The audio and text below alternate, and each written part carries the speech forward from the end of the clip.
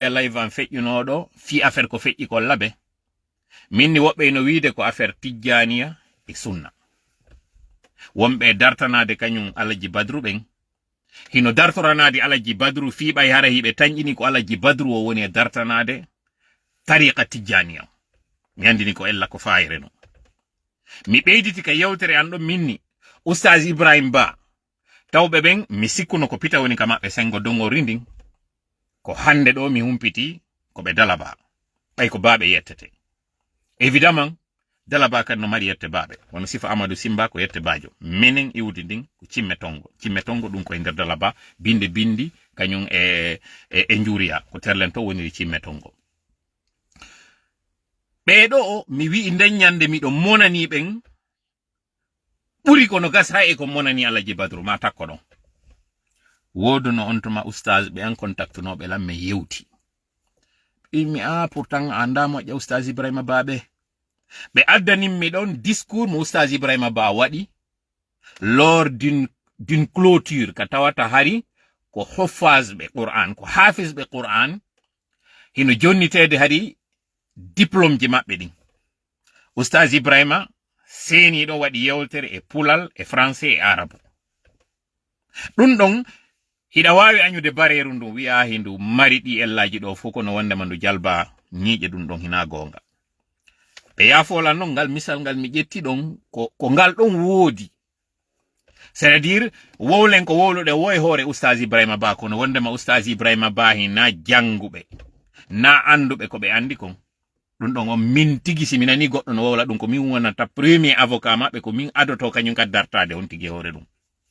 karmo koɓe amen few na ɗon lurral ngal woni hakkunde an oustaz Ibrahima Ba si tawi lurral ino ton sino nodditire lurral kammen gacci maka tawata men feppa ko konko tawata ɗon e hoore ngal gandal maɓɓe ɗon fop han joni ɓe wakkili suuɗugol ngal gandal ɗon fanka yeeso toñe ɗen kono na ɗon tun jaka mi fala yon heɗita ɗo puisque le diable se trouve dans les détails e nder on dese waɗu ɗo oustaz Taibou ɓay hiɓe yiɗi ƴettugol yewtere profita e occasion kala wajagol jama on mako mo oustaz Taibou waɗi fi yewtugol fi ɓen fatiɓe Allah hinno Alaji Ousmane ɓen ɓe Dalaba jentite ɗo kañum oustaz Taibou no waɗi nde yewtere fi maɓɓe détail woyno ɗo tatoy komi faala on yaltintinande nanon e nde yewtere ka nde raɓɓiɗi ɗon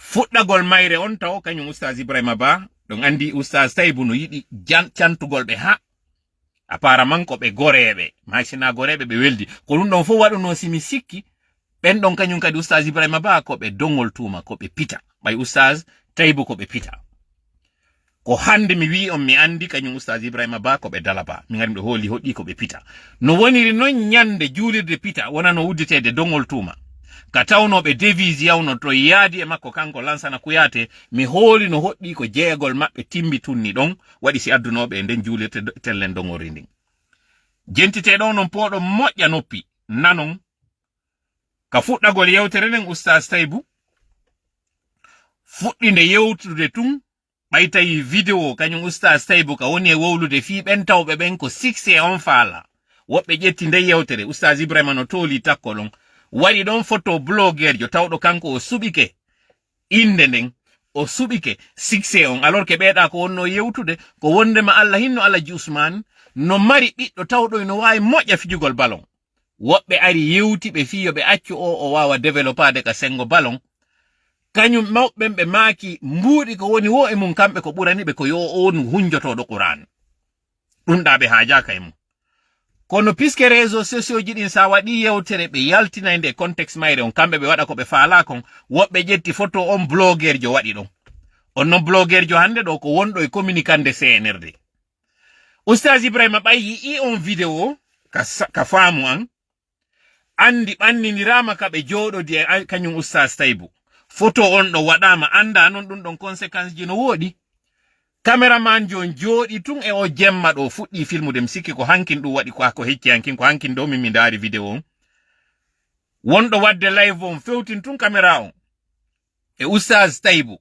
fiyoɓe fuɗɗo mbaaju maɓɓe ngun Ustaz Ibrahima har no toli takko don jentite do non koy deta o ko moni on e yaltintinande do bay yewtere ne de fuddike no kanyum Ustaz Ibrahima immori non ka yewtere fi wata be yi e ka image don be jodo yi nokkugo Ustaz Saibu ko yewtata don kon e konko tawoyta bay Ustaz Saibu fuddoyke non critiqude no lagine woniri non kambaju mabbe konko Ustaz Ibrahima yewti don kanyum ka report e moƴƴa noppi jentito don ikhwani wa ahbadi billah ayuha al-mashayikh asatizatul ya fe ko internet an woni de ko no de do mo wippondirde kanyum kadi e wifi on to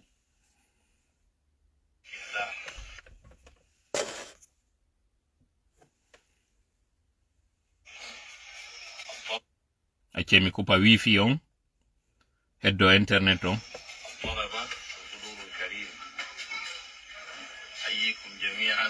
no Ustaz Ibrahima no jodi takko mabbe assalamu alaikum wa rahmatullahi musibbe julbe teddube babirabe am ko be teddube no Ustaz Ibrahima no toli don ko be teddube alay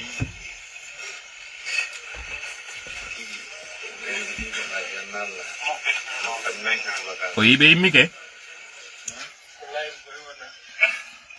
baybe immike be inni ko live go wona bay Ustaz Taibu fuddike wadde sama kala e mum no woniri non dallardo parler Ustaz Ibrahima immi Ustaz Taibu maki don goddum ko mi wawal nande moƴƴa ko tawata no waywa canti Ustaz Ibrahima maki ko live go wona be yeybe dirti be woni be jodo yi nokkugo alors que be marno place moƴƴa confortable kabe wonno don kono jentite non kon do wadi sibe immi parce que goddo ara do joni sikka ko speculation mo ne wadde mako extrapolation ko andugol mabbe video mabbe partage dama Ustaz Taibu kabe tolo de Ustaz Taibu woli konko yewti don andini hakkunde jawdi ndin e nundangal e succès on ko nundangal neddo on hani subagol piske non kambe be yidon wajara attack on image do yaltiti be andi conséquence dun don do fuddi tumbe yimmi be yebe tolo yi nokkugo be jetti téléphone mabbe on be nange makko jentite non ala 35e minute ko 41 minutes et quelques woni vidéo on few mi nabana non ka 35e minute jentito do non Ustaz Taibu bay yetto yi misal wowli fi goddo si innama immo darano da dina kan si innama haldama haga si sewti itto e gongol non tigi saloroy to non jentite non yewtere nde be wadi don den de Ustaz Ibrahima ko jabo to ko yeso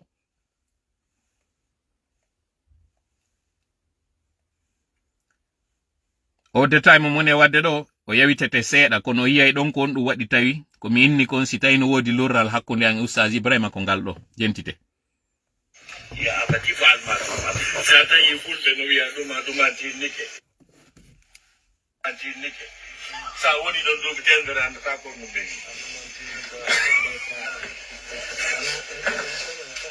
do itembe tere sa gente ke don and ta ko no be woni de a do ma do man tinike nani an ko no firi ya abati fal ma to ma kama to ma kama bani yo ngana majhul omani donc o fay don ko nay fay ala don abis dum kadi ko he ko nay fay ya ni guddo ina de dinga tawa fay don tawa be ron ni wulbi ni awi ya ngaro don nan min mi ay ko rete nay fay ya ro adun tawe don ni mo mi ay na fay ala ya abati fal mato satajiduni gente satajiduni insha Allah min as-sabirin parce que andi wiu gongol jabi e laata gongol no setti gente donc ok baba mi jabi joni warela way ko jabi kono est ce que ko yesi wono yi yo wade e ari mi dara e woni fi mi ari wese e woni si la di nganta ma fi yo ware mo ay fi tude fi kana o wi o jabi kono execute ko dum don haga salato ko don hajo woni na jabu gongol tu don o wi oyi no be o yi kabe jodi o yibe hakkunde kabe jodi do e kabe toli no nane nda konto buri wonde confortable kono be imani do ko mi jebbi lido munni do jabi ya hissa tawe hey biɗɗo ɗoftiɗo hande ɗa wiya ɗo biɗɗo maɗa a kamen to konakri ko to mi andiri annaw to misal goɗɗo wiya biɗɗo mo yeyata no yalan sako maro bambe to ka goɗɗo no yeddimi to mala e leyge nange wulde biɗo nangen no wuli yanoy ka sako maro ko wiyata Allah wi yomi hirse ala wirtere nde faɗɗa nde ñande nde Allah ko rima on nde pay ko jaɓi tawi Allah subhanahu wa taala ko daɗɗi e maɓɓe kamɓe ɗi ɗo noon koyeɓe jaɓu koyeɓe jebbino jentiteno Allah dali falamma aslama nde ɓe jebbinino kamɓe pourtale ko goto wiya yo hirse ko honno ariri aslama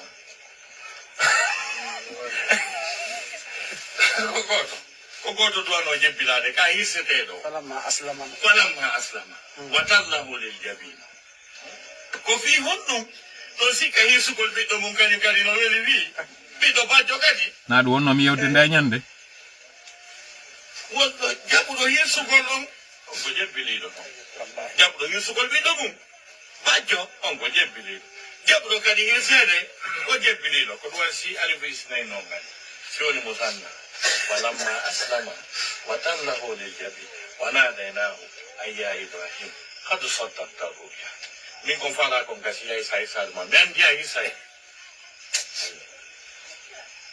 ko ɗum on nden jebbilande lissamon ɗon ko ɗon marde pro jentiteno ɓe ƴetta exemple guine no wela en ha ono si hewti ka soɓe ka yaltingolɗi bon situation on no way ɗo ni ɗon ɗo ka laggine suki ɗon nane no yirde muradu ɗum ni muradu gonɗu konde tuma laggine masi nane ko jogindira e masugol laggine andu salama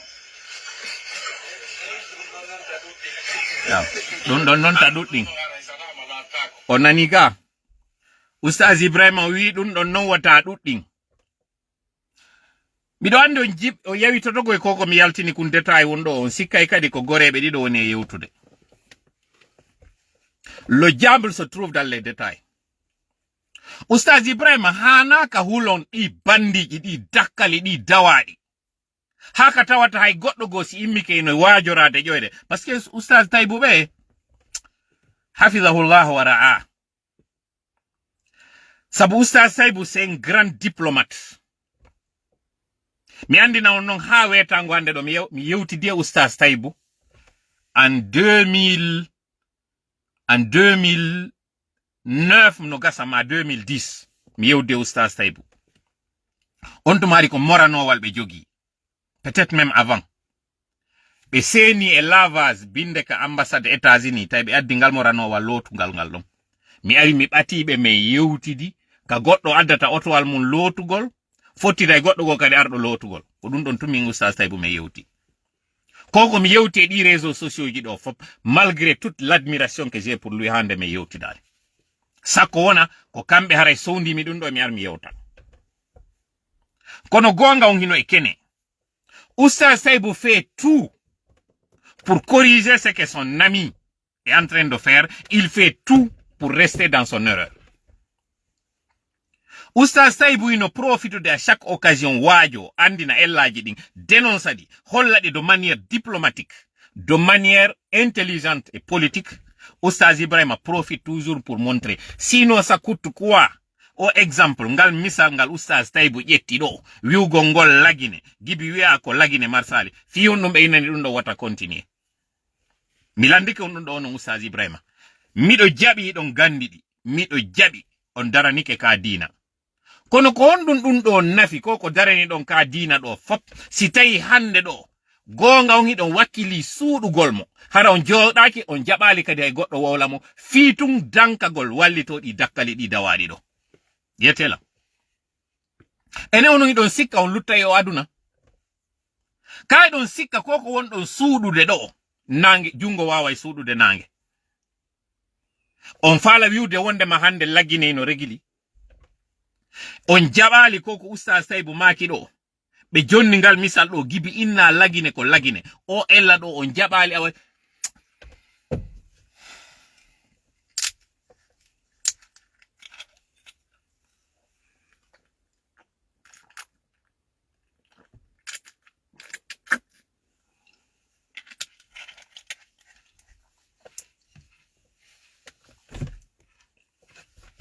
Put la live. Dundo. Meki mo kala mo yo tasko. Joni non. Iden arde. Fiko fe idala bako. Kono mi fala en artaw. E o suka luttuɗo ka ndiyam ɗo. Mi yuɓɓindira ɗum ɗo non. E kañum Ustaz Ibrahima. Ko tawata ɗon ɓe reni kamɓe tigi. Otoje no senditede. Mbuɗi no détournede. Ene hande onon wonɓe lagine ɓen. Hiɗon wadde transfert mbuɗi. Hiɗon naɓanede mbuɗi Orange Money. So naɓanama mbuɗi Orange Money. Ɗon hendade ɗin. Mi yetama hande ɗo ni sa yehi Orange Money. Problem on taw ko heɓugol suusuɗo déposugol mbuɗi hande ɗo Orange Money.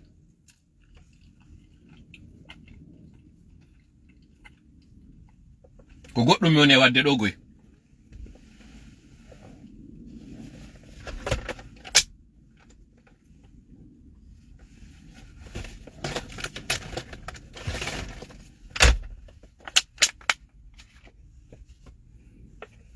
Koko mone wadde ɗo. O yiyata ɗo joni famon kon ɗum mone waɗirde ɗum ɗo.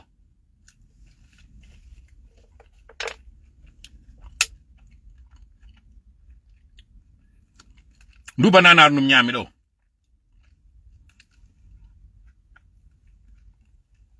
Ya foɗo lan ɗum ɗo.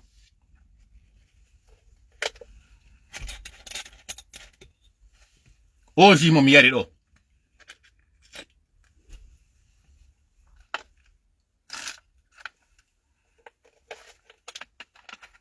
Koko mi waɗi ɗo. Ko nyamete mi waɗi nder ɗo ka. Ko ndiyam kadi ni. Kono eske ɗum ɗo si mi yari ɗum ɗo joni yeso moɗon ɗo. On innyinta. Ndu bananaru koko nyamete. Mi ƴakki ndu ɗo mi tutti nder ɗo. O jiɗo koko yarete. Mi yarimo e am pasa mo weli ha. Mi waɗimo e kundiyam won ɗo. So yimi ɗo yara o ɗo. Koko mi waɗi ɗo kon. Oui, c'est dégueulasse, ka. N'est-ce pas? Ok. Mi fala jentintinde on ɗo. Sellu balde. Yewtere nde o waɗuno Holland. Yimɓe buy wowliɗo fi ko ina kon ɗo o nominama. Minna ɗum ɗo woni ko intéressé mi kon e yewtere makko ne. Ko kaw ɓarindinolan e sa'i miɗo yewtuno. O wowli ko ɗum mi fala yo heɗito. Très bien. Vive l'FDG! Vive l'FDG! Vive la cellule d'Alain Diallo! Vive la cellule d'Alain Diallo! Victoire à l'FDG! Vive la Fédération de la Hollande! Merci bien. Monsieur le Président de l'UFDG, Messieurs les membres de la haute direction du parti, Messieurs les secrétaires fédéraux de l'UFDG en Europe, quand j'ai cité les membres de la haute direction, c'est valable pour les membres du bureau exécutif national, parce que c'est la haute direction du parti. Mesdames et messieurs les responsables des différentes fédérations, sections et comités de base, chers responsables et membres des différentes associations sociales, communautaires et culturelles évoluant en Hollande et en Europe, je vous salue au nom du président Ella Selou Dalein Diallo. Au nom de la direction nationale du parti, mais aussi au nom des millions de militants et sympathisants de l'UFDG à l'intérieur du pays, communément appelé le paradis. Notre paradis à nous, la République de Guinée. Si je prends la parole ce soir, avec l'autorisation du président, c'est pour vous parler surtout des fédérations de l'intérieur. Je crois que récemment, nous avons eu quelques communications avec vous sur la situation sociopolitique de notre pays. Mais quand le président Selou Dalein est là, c'est la voix la plus autorisée qui maîtrise mieux que quiconque la situation sociopolitique de notre pays.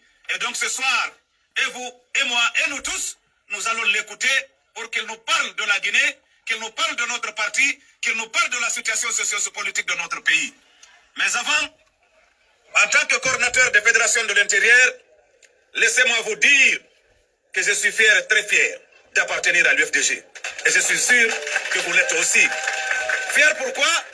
Parce qu'il y a moins de mois, j'étais en mission du président et de la direction nationale à l'intérieur du pays pour organiser les congrès électifs pour renouveler les mandats des bureaux fédéraux.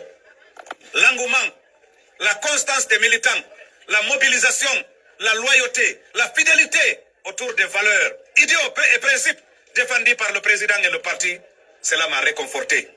Parce qu'avant qu'on ne quitte Conakry, il y avait des messages alarmants pour dire venez, venez, venez. Il y a eu assez d'intoxication. Le CNRD est en train de nous déstabiliser.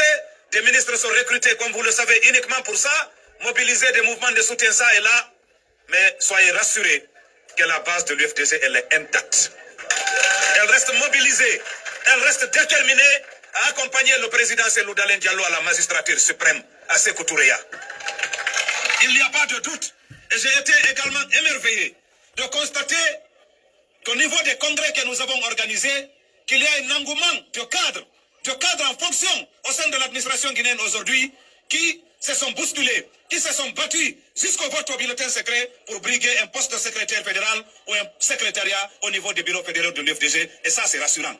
C'est rassurant quand on sait que dans notre pays, il y a des formations politiques qui peinent à convaincre même des citoyens de porter leur réfugié ou leur t-shirt. Alors que nous, du côté de l'UFDG, la demande est totalement supérieure à nos capacités de produire des t-shirts ou des casquettes. Oh. Andi ton non kanko Cellou Balde ɗo ko kanko ardino fédération intérieure on. Fewndo ɗo ko lontimo ko monsieur Abdoulaye Ba Kindia Pita. Nde yewtere ɗo ko juin, début juin, mi sikki ko entre le 1er et le 2 juin 2024, monsieur Cellou Balde waɗi nde. Jentiteɗo non min geɓal angal e nder nde yewtere ɗo ko yewti kon. Mi heɗintina on ɗo non ko ɗum o waɗi yewtere e balɗe ɗo kaw joƴƴinaka jullere makko. Jentite. Ce qui est également très réconfortant. Et quand j'ai fait un petit tour pendant mon séjour ici, j'ai fait un peu la France du côté de Toulouse, pas la grande France de la capitale là-bas. J'ai fait un peu l'Allemagne, la Belgique, mais j'ai été également très réconforté de constater la base, qu'elle soit de l'intérieur ou de l'extérieur, elle est unanime, constante, ko Cellou Dalein ha Sékou Touréa. Ko ɗo non inni wo kuɗol gotol si'inta suudu huɗo. Kono si warñakere nde yehi suudu ndundu siyay. Ko kanko no wiɗo wonde ma base on no souteni Cellou Dalein. Jentite lannali. Et ça, c'est extrêmement important. C'est extrêmement important. Ce que j'ai envie de dire avant le président, avant le coordinateur des fédérations de l'extérieur, c'est qu'il y a quelques petites communications qui m'agacent un peu. Parce que je l'aime. Quelques petites communications qui l'agacent un peu. Di non communication ji, no anda kombo woli din. Jentite non kon don di wi. Si on y prend garde, si on n'est pas assez vigilant, que nous sommes en train de faire un peu le jeu de nos adversaires. Je le dis partout où je suis passé, c'est seulement pour l'UFDG, ou bien à côté de l'UFDG, que tu entends plan B, plan C. Ou bien, on va changer. Qu'est-ce qu'on va changer? Qu'est-ce qu'on va changer? On va adapter nos stratégies à la conquête de Sékou Touréa. Mais que cela soit su et connu de tous, Cellou Dalein est notre président, Cellou Dalein est notre candidat. Ko forowol banana non mi waɗi ɗo. Parce que mission makko ina e hunde sina jonnidirgol e juuɗe associé jo makko non ka kaso kanko Usu Jiga ɓe lanni to non hande kadi mission maɓɓe mo fuɗɗino non gibi 2020 kaɓe wonno ka kaso fewno ɓe nadano ka kaso alliance mo ɓe waɗiduno on kamɓe tawnoɓe ɓen si coup d'état waɗano natoyo ɓen nun ka gouvernement retard mo retard jo hande o ari ɗo nde yewtere ɗo ko winde ko juin 2024 o aroyay ɗo non ɗe balɗe ɗo o arda e discours keso wi'ugol wondema UFDG ino landi changement malgré o jonnama ka o hilno mi waɗanayi ɗo non pause mi andinayi accete o lanni to ɗe yewtere ne. J'ai parlé avec un très haut cadre, un député français il y a 2 ans. Il m'a confié ceci.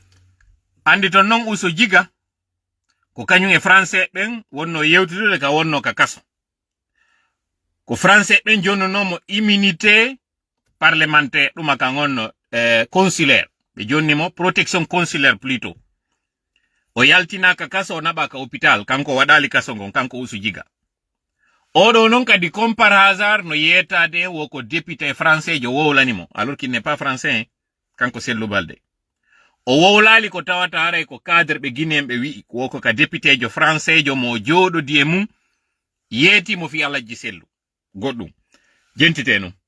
Il dit que dans la région ouest africaine, la Guinée est le pays le plus chanceux. Il dit pourquoi je le dis? Parce que c'est en Guinée qu'il y a un homme politique, un opposant, mais en même temps un homme d'État qui, s'il prend le pouvoir à midi 30, il connaît c'est quoi la priorité. Yo yalto yeto on kombo ni on politicien jo wowlana non ko waddi ko on politicien jo fo ko andi ko ɗum ɗo woni probléme on ka UFDG ko yiɗi ɗon ko waccoɓe on ko yiɗi ɗon ko aroɓe wowlana on ko falɗon nande ko na aroɓe holla on ella on oɗo ñande o waɗayno o discours makko ɗo a Holland Eindhoven ka yimɓe ɓen kellanno mo nden ñande ɗon ino andi ko tola wonano ɓari ndede wonɗo wiide plan B plan C hari on anda wondema hari nden ñande gi gangu wi ɗo kangi joɗodi kon e muɗum oɗo na e dowru tum ko gangu wi parce que gangu ko yari ƴakku bonna ƴakkira noon à l'intérieur ko tuma gayni wuɗude few unoyo noon nde wotere ino ɗo gangu wi go mais ce n'est pas tout lannali jentiteɗo o ko wi ko wondema oɗo député jo innimo Alhaji Sellu no andi fi ko wiyete gouvernance o wi ko député o wi ko un homme politique opposant ko kanko ɓeyti ɗon homme d'état on politicien jo on mo wimo yewdi e mum ko ɓe waɗi Alhaji Sellu ko éternel opposant Alhaji Sellu wiwata e on ɗuma ɗon ko opposant o lutti fof kañum kadi ko jogi Alhaji Sellu wo c'est le meilleur opposant kala heɓuɗo Alhaji Sellu comme opposant an o laamu maɗa ngongu timmi ɗum ɗo kadi mo hanono wolde ɗum hara o haɗali wiwgol ɗo tum o yewtidi e goɗɗo on wacci Alhaji Sellu yetike mo ɗum ɗo e ɗum ɗo e ɗum ɗo e ɗum ɗo mo hanno kadi kanko Sellu Balde wowlugol ko wadduno kon e on député jo fow hollugol ngol non ellaji ɗi Alhaji Sellu wondi ɗin ɓay on wowli on atu on qualité mo Alhaji Sellu jogi kono andini manque de stratégie mo Alhaji Sellu jogi on kanko Sellu Balde hanno lannito yewtere nden o wowla ɗi o ɓeyti ɗon ɗin non kañum kadi yo yani ɗin Alhaji Sellu comme ella pourquoi an Sellu Balde hanno ka wonɗa ansansude ɗo jama on wacci Alhaji Sellu hanno wowla kadi ko waddunoɗa kon fow e on ma ɓemɓe wonɗa yewdude mum yetoɗa ɓe manque de stratégie mo Alhaji Sellu wondi o pourquoi kono minen aroɓen ɗo waɗa be si min ari min yewti ko darete ko min ari min yewti ko na aroɓe wacca on e kene yahaka gundo nanga wowlugol ɗin bondi kala ka yiɗo mi wowliɗo e kene ko ɗum kadi mi wolta e gundo e hoore Alhaji Sellu il n'a pas de stratégie yo welu mo mettata il n'a pas de stratégie et il n'a pas de bon stratège parce que ko Sellu Balde en ɗo tuma tawno hari consensus fuɗɗike wadde entre padre c'est-à-dire force vive on an nemmo parce que si mi wi padre mi wi Sellu woɓɓe goo yiɗata nanirde haala konno joni wi en force vive on ko noddano kon force vive tuma fuɗɗano nantodirede wo ko ɓeeɗo fof wonno noddude Alhaji Sellu wi'a sa waɗi ɗum ɗon tu vas perdre la base hande ɗo si a ɓatodiri e Alpha on waɗi alliance militant ɓe ɓen fof dogay en haray en perdi ko ɓeeɗo kadi Alhaji Sellu noddayno landago situation on lagine ko honno fewndi ko ɓeeɗo wiyayno Alhaji Sellu son ari ɗo tum ɓe nangayo wone to nunu contrôle la situation ko ɓeeɗo fof kañum kadi sasini Alhaji Sellu ha Alhaji Sellu dogi yalti fino ɓe heɓano ɓe préparé la moƴƴatere maɓɓe o sa yalti a wowli ɗiɗo na ko wowluɗa ko wona jentede ko a wowluɗo on wona yiyede Alhaji Sellu ka wonno Sénégal ɗon je maintiens il n'avait pas un lieu où il était plus en sécurité plus que Sénégal kaɓe woni hande ɗo ni Côte d'Ivoire il est plus exposé en Côte d'Ivoire que même en étant en Guinée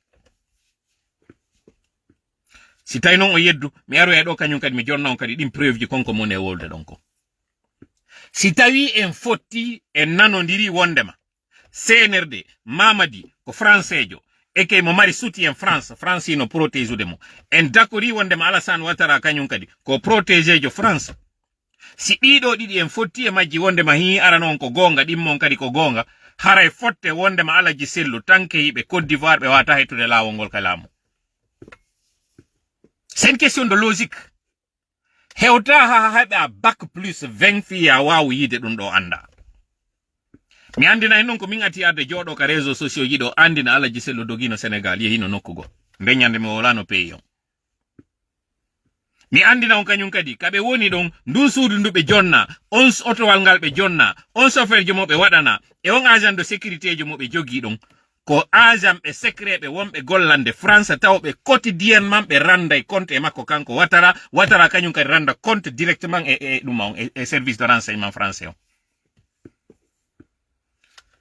Tanke hiɓe nden nokkure ɗon kala mo ɓe heɓi visite arɗo tawi ɓe tirodi e makko photo ɓe yewtidi e makko kala appel mo ɓe décrochi ka nder otowal ngal ɓe jonna ɗon comme véhicule de commandement kamɓe ɓe hooli hoɗɗi hande ɗo ni il est en protection il est en sécurité il a des privilèges yoɓe andu hay ndun suudu ko wona yewtede nder mayru ino anda. Pour preuve échange woodi ko momi waɗidi on échange momi waɗidi ɗon mi additana mom ɗande kadi na Alaji Sellu waɗi on échange ɗon jonni yimɓe ko moni arde mi wowla ɗo kon ko fiyo jama on fop andu ko fewndi kon andon koye nder ngayka honɗu wonɗon o yiɗata non ko mi wolata kon comme j'ai dit. Ene onon on posali hoore mon question ko no tawiri ɗiɗi mi woni wolde ɗin ɗo fop mi yewta e fimaji ɗi aroya kono lannali joni non heɗitoɗen ɗo ɓay o nomama kanko Sellu Balde e on poste mo noma ɗo mo tawata mi commentata mi faala heɗintinde on ɗo yewtere nde o waɗi nden nde o fewtini Bawuri o inni kanko e Bawuri ɓe waddi nde yewtere na mi wowli nde ko kanko Sellu Balde wowli jentite 37 secondes. Je voudrais également adresser mes sincères remerciements au premier ministre en chef du gouvernement, M. Amadou Riba, pour m'avoir proposé à ce poste et pour son soutien indéfectible. Je le dis sans démagogie, parce qu'avant cette proposition me nommant comme ministre de la Jeunesse, il y a une année, M. Amadou Riba avait également proposé des responsabilités pour moi. Kono Sellu Balde wiɗo o weltanike ardiɗo leydi ndin kanko andi kombo woni on o weltanike ardiɗo gouvernement on ɗum ko Wuri Ba Kiña monsieur Bawuri o inni ko weltani non monsieur Bawuri ko parce que monsieur Bawuri proposi mo e on poste gouvernement ɗo wokono jama on andu hitande ɓawo ɗo hari kañum monsieur Bawuri proposanino mo fayin poste andi ɓeyni pullo Fuuta wota haɓɓo mo yewte tu so yewti on famotira yafo ɗon noon andi no mi huɓɓini oto on ɗo ko climatiseur o won ɗo nande ɗo ni no waɗa yiltitoɗen noon ɓaawo ennam ɓaawo ɗo nous sommes au mois d'août supposing ko mois de septembre supposing kanko mois de juillet woni ka nde yewtere ɗo waɗa andi si a ƴetti probléme lagine on de manière séparée a yuɓɓindirali a sikka e lagine ala probléme sa ƴetti yewtere politicien ɓe ɓen fop no ɓe didori de manière séparée wasi yewtere nde ɓe waɗi wo ko nden ɗon tun a yuɓɓindirali nde wondego a wata yitude probléme force amen on noon ka frappe ko ɗo woni si une fois waɗi goɗɗum no noton nous regardons la chronologie sa yewtitoyi men compara e konko wolnoɗa ɗo e ko wolnoɗa ya quelque temps nde yewtere mi adi on heɗitinande ɗo ko congrès waɗuno ɗon Eindhoven en Hollande entre le 1er et le 3 juin 2024 soit un mois à 2 mois de juillet parce que ko juin juillet monsieur Sellu Balde ɗo hanki waɗi yewtere ñande ɓe joƴƴinaynomo ka jullere makko nde tawata mi sikki ko jeudi ɓe joƴƴinimo u ko vendredi o inni monsieur Bawuri jonnimo o poste ɗo kono hari proposanimo ya ennan auparavant o poste gollidugol kañum kadi e maɓɓe yiltitoɗen ennan on juste si wiyama en nan no wawi wonde lebbi sappo e ɗiɗi no wawi wonde lebbi sappo e tati no wawi wonde lebbi sappo e nayyi goɗɗo o yewti mi ɗannina goɗɗo iniɗo le climatiseur dérange Alpha Sow mi ngule ko mi ngulete ko je vais baisser la vitre desira o côté ɗo ko to diesel mi jogi ɗum ko yafoto en nan ko kanko wowli ɗo e namin si on nanali mi yiltito kañum kadi e yewtere makko nen parce que le diable se trouve dans les détails. Au premier ministre chef du gouvernement, M. Amadou Riba, pour m'avoir proposé à ce poste et pour son soutien indéfectible. Je le dis sans démagogie, parce qu'avant cette proposition me nommant comme ministre de la Jeunesse, il y a une année, M. Amadou Riba avait également proposé des responsabilités pour moi. Il y a un an, M. Amadou Riba avait proposé des responsabilités pour moi. Il y a un an. C'est un petit mois de juillet. On en a moui, parce que juillet, c'est soit un mois après quand on a dit que l'on fouti Europe. Be darti be ni plan B ala. Be d'autres ala giselu hoto ya se kutureya. Soit exactement 3 mois, gibi kanyum baouri onoma ka poste makodon. Parce que andintine baouri ko mois de mars, woni ko noma comme premier ministre. Avril, mai, juin. C'est-à-dire que un gouvernement wana do wadede don parce qu'il a pris un mois fi ingol on gouvernement don.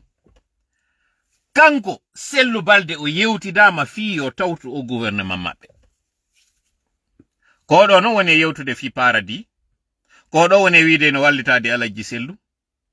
Jonnon question mo mi landi on kanyum Alaji Sellu. En toute sincérité. Ko do woni responsable fédération jidin à l'intérieur.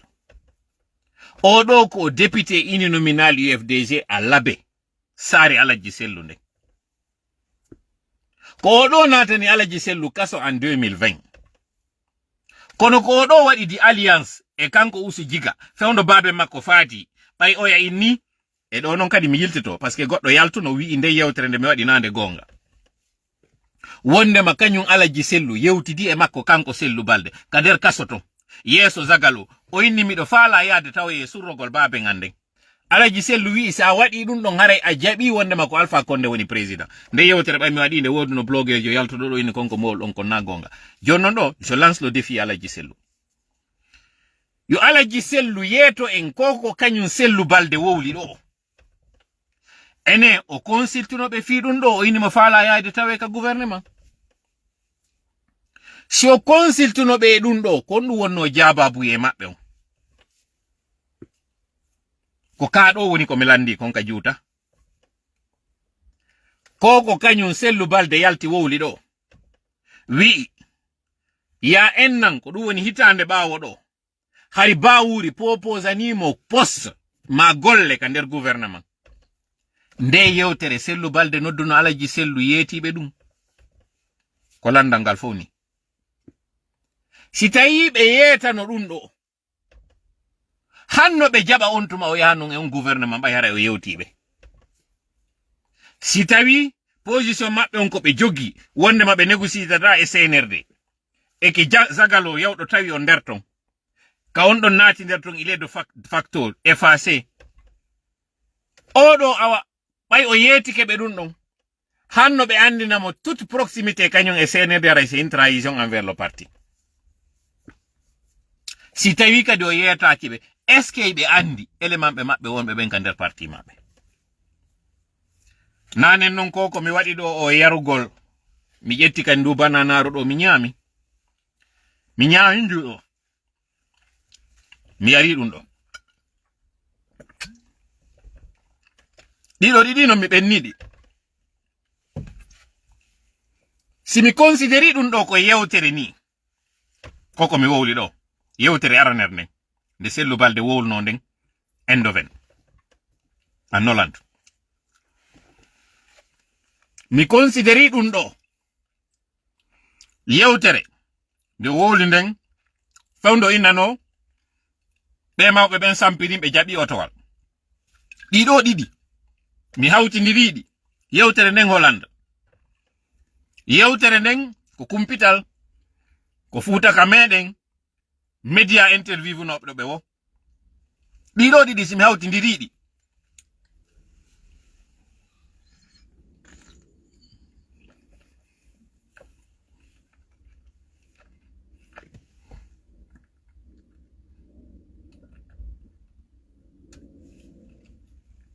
mi tuttiti nder ɗo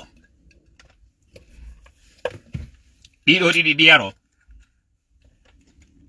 ɗiɗo ɗiɗi ko tawno nane no ñaamo kon e no yaro simi hawtindiri ɗiɗo ɗiɗi mi yeƴƴiɗi ɗo haala an kanni ko ñamete an onni mi yeƴƴi ɗum ɗo ene si mi udditi kun ɗo mi tiggitike ko mi yari kun ɗo yeeso moɗon on hibatalan ko ñamete mo mi ñami nduba nanaru mi ñami ndo andu lanni na ko boni mi yari o ziɗo harnane mo heewi mi profiti mi yarimo ha heddi ke yerɗum ɗo koko mi watno nanen ɗo ko ndiyal laaɓunoɗam mi ƴetti mi hawtindiri fiyo yiw jilli joni noon mi ƴettiɗo ko kañum tigi mi hawtindiri ha wa'i wakkule oya nanen ɗo hayyota ko goy si mi ƴetti ɗum ɗo mi tiggitike yeeso moɗon ɗo mi yari est ce que on nefetake lam on nefetelan ka alors figurez-vous o poste ɗo fiyo Sellu Balde hendomo ila fali ɓe ñammintinamo ko wowluno kon fof ko woni e ndarude koko tawata kon o nomama e ministère inneteɗo ko ministère de propagande ko ɗo kañum kadi Moukhtar Diallo waɗano mais na non mi woni e ndarirde yeɗi toon na ɗum mi reni o poste ɗo fiyo jonne mo hari ko duwano jonnede ko commerce on Diaw Balde jonne agriculture on parce que ko ɗum ɗo woni ko jangani ko golli kon ka fawo ko fi agriculture ɓe jonnino mo chef de cabinet ka sengo environnement o wi'ama wondema ko ɗon ona waɗede ha procès remaniman on si procès remaniman on hewti ɓe jonno e mo puste ɓuri on ɗo yeɗɗude ɓe inni mo yo yaw telimile o waɗana ɓe duwaji o waɗana ɓe jangugol Qur'an o waɗana ɓe mobilisation fi affaire koko wonano wi'ede ɗo wo ko caravane de la solidarité et de la paix sabu ko tawata kon himo mari une certaine retenue o golli institution international ji mo mari kadi jawdi yerɗum ɗon o yehi o waɗiral no ɓe wiri mo non tigi poste mo waɗi on o jaɓali taw yaltitude ka micro jonna o yewti nde yewtere nde tawata o wowli ko laaɓi poste ko ɓe falanande kon ko ɗum haɗi ɓe récompense mo ɗo han joni Sellu Balde kañum kadi no habborano yo waɗu goɗɗum on fop o yi ko yehi o waɗoy kon labe kono mo yewtuno yewtere e média o fewti mawɓe ɓe sampirin ɓen o wi konko ɓe waɗi ɗum wonde hana hana jon noon dossier makko on ino juuɗe maɓɓe ɓe fodimo o hendoto commerce on figurez-vous ɓe yerwi e mori konde tawɗo fayda wawai wonde ɓiɗɗo makko ɓe naɓi mo o jeejoy ɓe mawɓe ɗo o tuubani ɓe konko o wowluno kon o wari o excuse e maɓɓe Sellu Balde tima déçu a joma isiraɓe jon noon ko honɗum an jannata ɓiɓɓe ma e taniraɓe ma hande kan haala ka wowlunoɗa ɗon fop e hoore ɓen mawɓe on tuma goreɓe baben ma ɓe jannima a yiltitoyke ɗo a andiniɓe ko an faljuno a wiɓe ɓe accane konko tawata ko kamɓe hanuno fewtude jamma o fo wi'a ɓe accani a sakkitorama jonnegol non kum pettuwun ɗo na e paɗal waɗanaɗa sakko wiye ko jullere est ce que ɗa wawi yarude konko wowluɗa ɗon a wawi yarde ko ɗulle woni ko waɗɗa tuta ñama simi yewtima ɗo yewtereji go aynayi mi yawike ma kono ko message homɗum jonnata hande kadi génération ji ɗin kon ɗum jonnata yimɓe message e politicien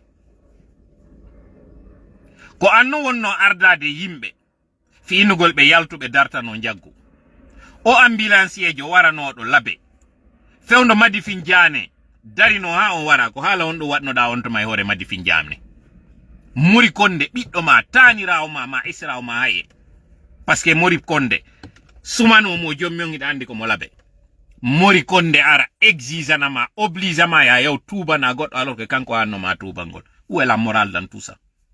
Où est l'éthique? Où est la déontologie? Où est la dignité avec toi? Quand on est inondé, à l'IFTG, il n'y a pas de plan B, il n'y a pas de plan C.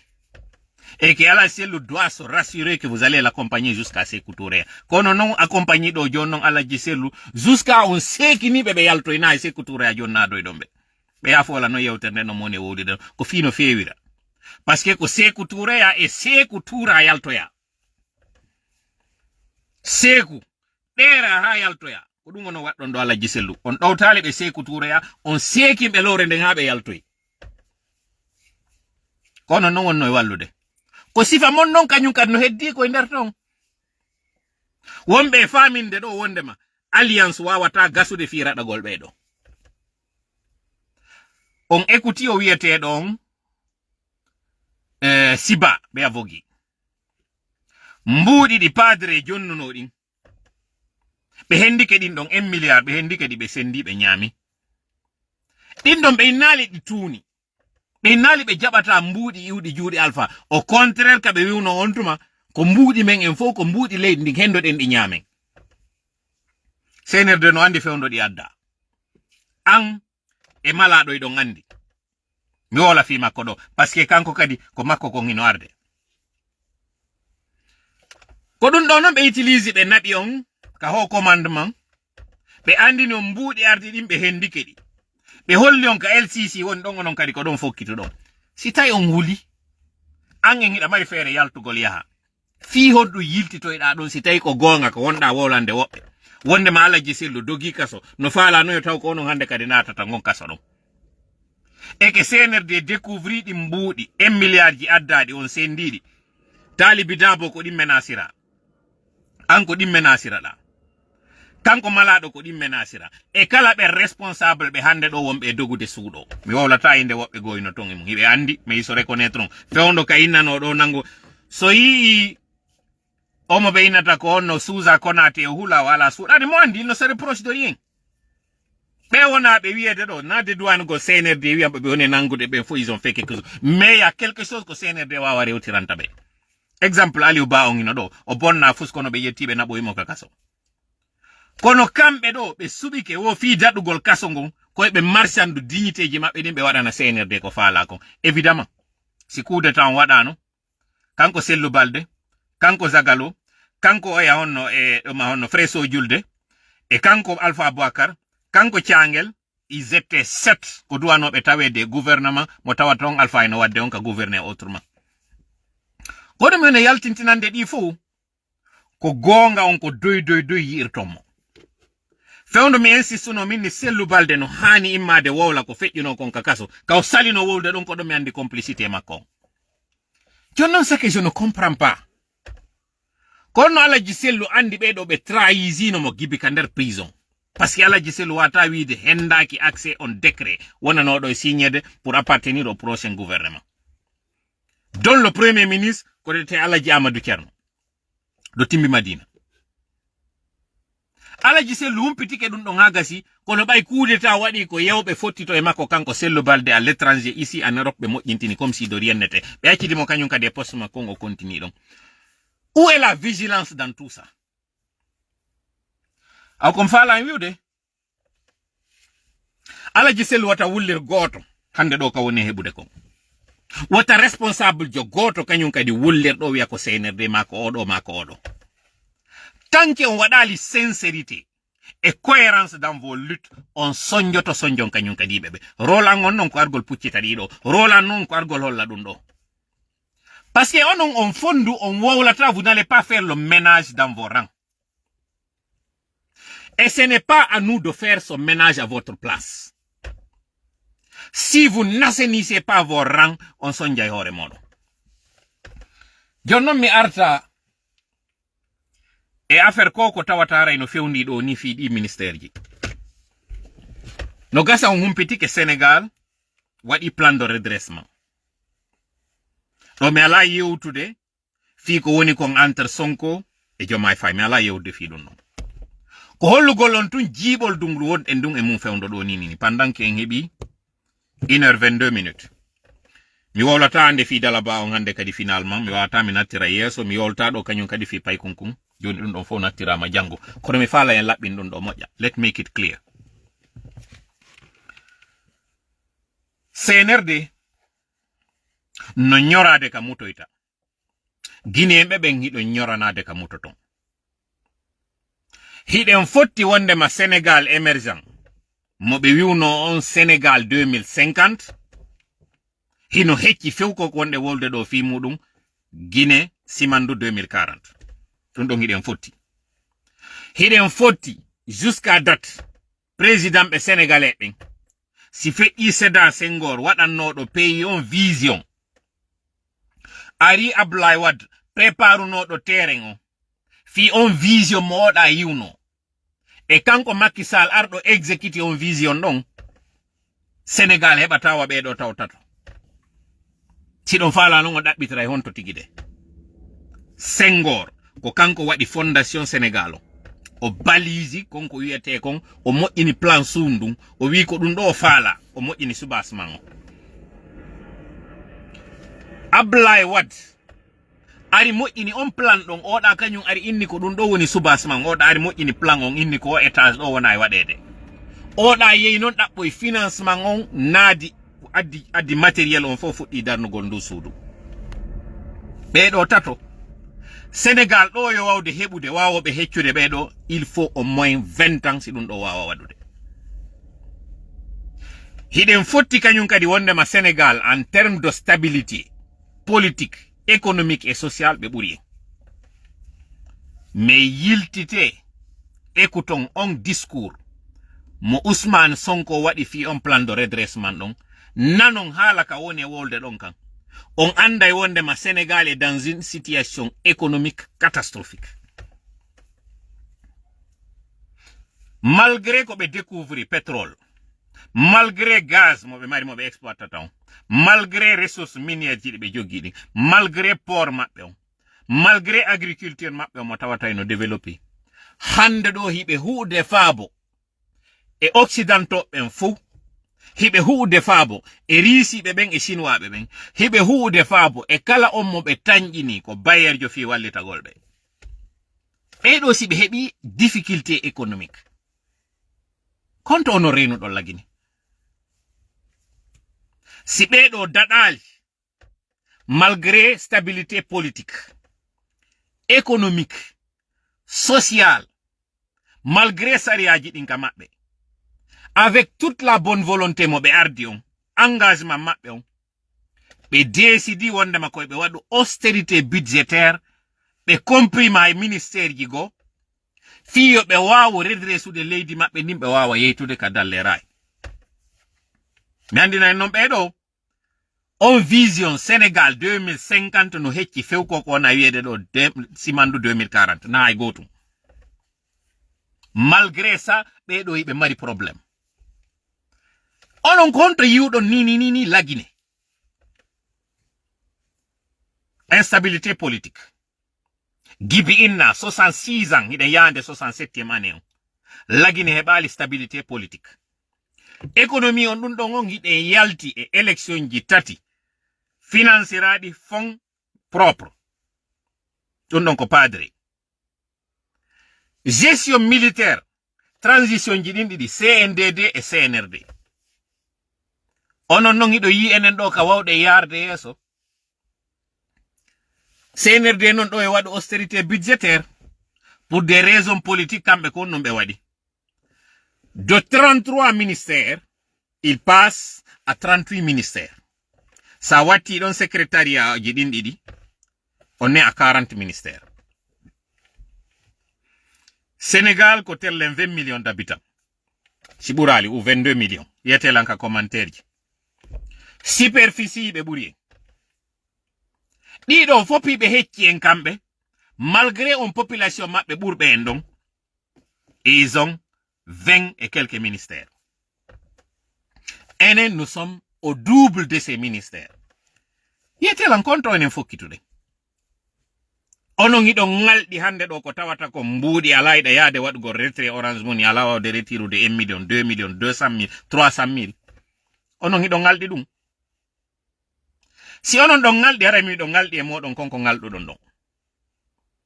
Ɗum ɗo fof ko mi faala o yeetade yon faamu. Senerde no anduno o alhaali mo ɓe woni ɗo e mum mo arde. Ko ɗum waɗi si ay mo man donne presse on fuitini wonde maɓe yeetike banque ji ɗin fof conseil d'administration majji on pullo goto wota tawe. Pourquoi? Parce que ɓe andi ɓe fulɓe ɗo ko ɓe ɗo ɓe tañƴinino waɗa e fuite andina situation économique leydi ndin. Je vais vous faire une révélation. Ɓe inni ɓe maintenir les mêmes personnes pour les mêmes ministères, n'est-ce pas ko kan haala ɗon ɓe wi. Kono ɓe innatamo Maurice Sanda inni maintenant qu'il nous a confirmé, nous aussi confirmons-le, n'est-ce pas? Ils n'avaient pas le choix que de confirmer ces gens-là. Parce qu'ils ne veulent pas que ces gens-là partent avec les secrets, c'est-à-dire la sécheresse des caisses, la crise économique, la faillite, la banqueroute. Woɓɓe go adde avec une bonne volonté ɓen ɓe ara ɓe tawa les ministères sont vides kono ɓen ɗon kañum kadi yikkata ɗon c'est de démissionner. Ko woɓɓe go ɓe anda ɓe waɗani ngantayru ndum ɓen yo ɓen arnatu kañum kadi tawe. Wonɓe ɓe nder ton haarino kof ronkino kof. Ko mi wonnon e wowlande ɗo kon non ko billadi nafsi biyadihi. Ministère monastère mo ɓe inni on wo ko affaire étrangère on. Wallahi ɓay ɓe naɓi ɗi kitji ka ambassade ji ɗi ɓe naɓi ɗin. Ɓe yaaɗi ɓe piiti ɗi juuɗe maɓɓe ɓe inni débrouillez-vous, nous n'avons aucun argent pour faire ce recensement. Ko wallahi mi woni wowlande. À quelques exceptions près, ɓe yoɓani ɓe billets d'avion, hébergement maɓɓe pour certains, kono koye hoore compte ambassade ji ɗin e consulat ji ɗin mo kala e maɓɓe wonno en charge. Si ɗon faala noon nodde wonɓe toon ɓe lando ɗon ɓe. Mo faala ɗo, je vous fais le défi landeɓe ɓe fop. Tous étaient aux frais et aux charges des représentations diplomatiques. Mbuuɗi ala few. Ɗum ɗole ko oɗo ministère innete no tawa e ɗin wiyeedi privilégié. Ko ɓe innata kon ministère des affaires étrangères ko oɗo woni interlocuteur entre monde extérieur, c'est-à-dire financement extérieur e koko innete ko leydi ndin. Ko oɗo woni vitrine, ko oɗo woni médiateur yo. Si oɗo non tigi heɓali kaalisi jonnaka mbuuɗi. Ko ministère hombo ono yiwɗon hino mari kaalisi. O yii ka finance windani banque on tigi yo walluɓe ɓe heɓa impôt on de je voulais dire. Ka impôt on windani budget on ka ko finance on inni ɓe ñawle men mbuuɗi. Impôt ɓe tawata ɓen ko ɓe ɗo ƴettata mbuuɗi ɗin adda jonna ɓe. Recette ji ɗin ko ɗo natirta. Ɓe ɗo yeyi waɗi lete wi ko min naɓuno konka juuɗe mon jonniteme, c'est-à-dire muudo ma men addanno on men artitani muudo on menen tigi men ɓillike ha joni ko on muudo mo men ittunoɗo menen kadi men handi e muudo. Ndi leydi ɗo yetelan konto ndi fokkiti. Ene onon yiɗon sikka ɓeɓe sortoto. Kawnon ɗon sikka ɓeɓe daɗay. Senerde ino faala suuɗude on fure. Moɓe tawata ko ɓe sakkitorta ko yawgol ha o fure luuɓa jamma on ara tawta ɓe ɗon e o fure. On non fure ko koko ɓe tambi ɗo kon non ko onon non woni jogiiɓe baape ɗen. Plus vous attendez, plus vous faites durer cette situation, plus elle va pourrir encore davantage. Ni ɓe wiide ɓe addi conteneur ji ɓe joƴƴini de.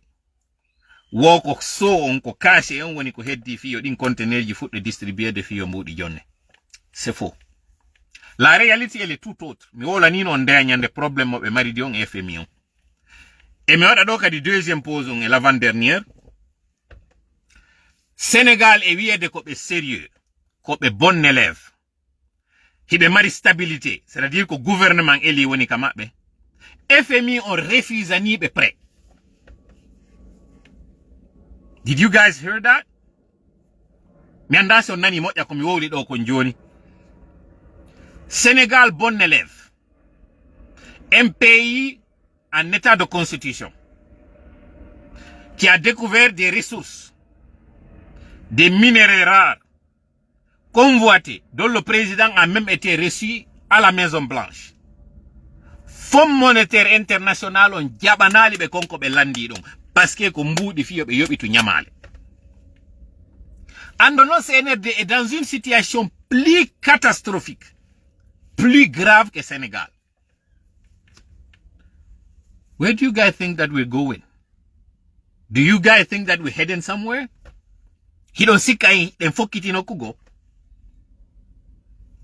Ene don't sika koko jama wone yola de do dandia wonda yolu de do chudi. Lagi no yola de buri ko dandia wone yolu de yimbe benkon.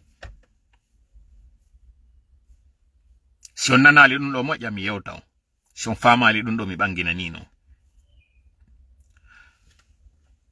Commerçant jo toñirtake dun do.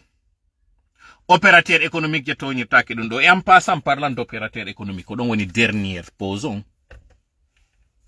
On nani ka Abdou Latif Ba wadi révélation fi konko beynata o mo beynata ko dakhlala jeedo siawo. Be jonniti mo monopole makko. Be jonniti mo privilège makko di marnodi. Andi ton non CNRD ko atino wadde geste baybe ari kalamu ko wi gongoli be kasude monopole. Fi onno parce que on to mako njulabe bembe onno dragude mbudi ala. Be dragi be njulabe do be inni be kasi monopole be jatti mo juude janambe ben be jonniti gineyembe be. Fino be hebi rawonto mo mbudi be faladi be relansi activité ji mabbe din.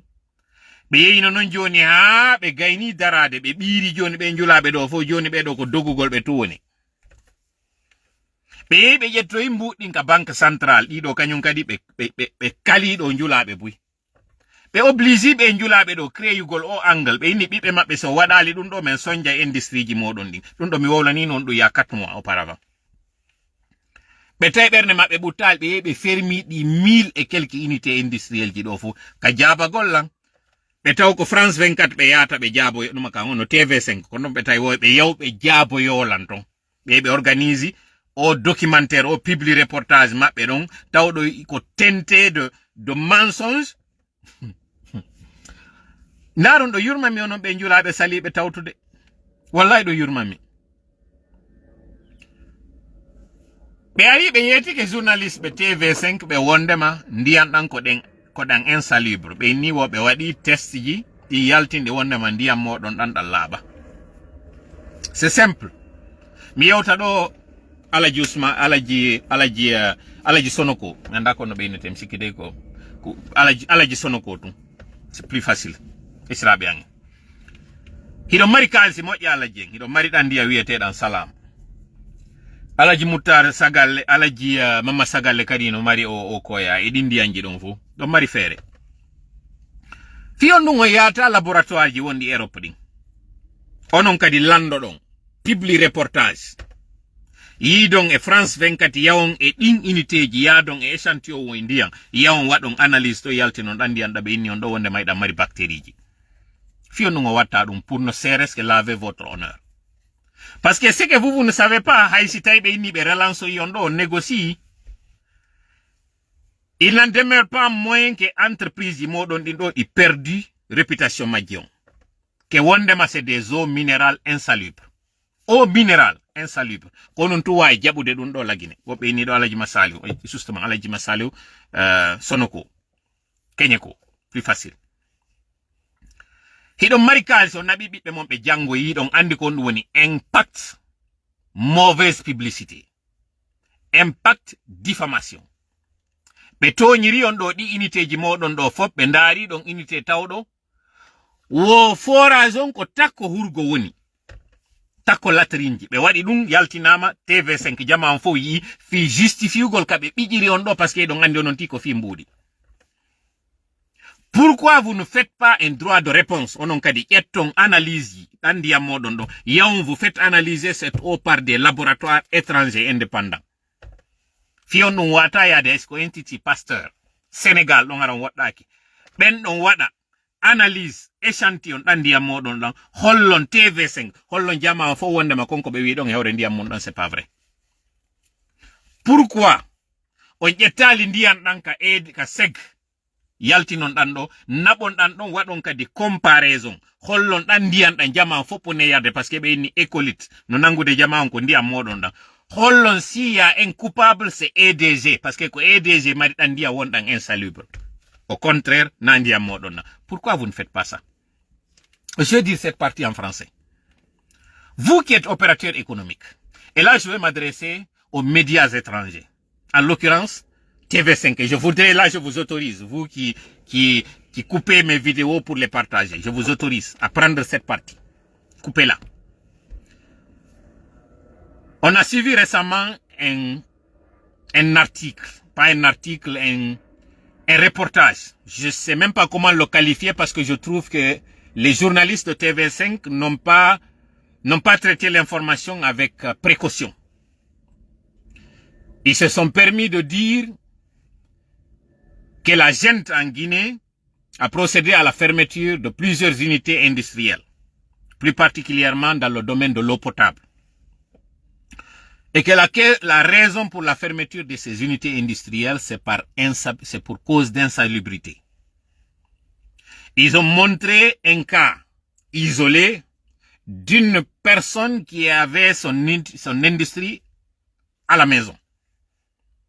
Et que ce forage duquel venait cette eau était à côté d'une latrine. Ce qui d'ailleurs, pour les géologues, on sait que la terre, c'est un très bon filtre. C'est-à-dire que nonobstant la proximité entre une latrine et un forage, la terre constitue à des sédiments qui font que le filtre, il est automatique. D'abord, la nappe phréatique, malgré tout ce que nous avons comme pollution sur la surface de la terre, l'eau que nous avons sous la nappe, dans la nappe phréatique, c'est de l'eau potable. Malgré ça, vous avez gobé, vous avez accepté de partager cela pour justifier cette action du CNRD. En réalité, qui ne vise qu'à intimider, à imposer à ces commerçants, à ces chefs d'entreprise de venir négocier avec eux et leur donner de l'argent. C'est la crise économique. C'est le sauve-piqueux. Donc le CNRD, après avoir intimidé ces opérateurs économiques, après avoir soutiré de l'argent de ces opérateurs économiques, procède maintenant à la méthode forte. Celle de fermer les unités pour pousser les opérateurs ou les propriétaires à venir négocier. Toute unité qui voudrait voir, tout propriétaire qui voudrait voir son unité relancée doit payer des montants faramineux. Et vous, dans le traitement de l'information, vous avez vu la femme qui était en train de défendre son unité et vous n'avez donné la parole qu'à ceux-là qui prétendent que c'est pour des causes d'hygiène qu'ils sont en train de fermer ces unités.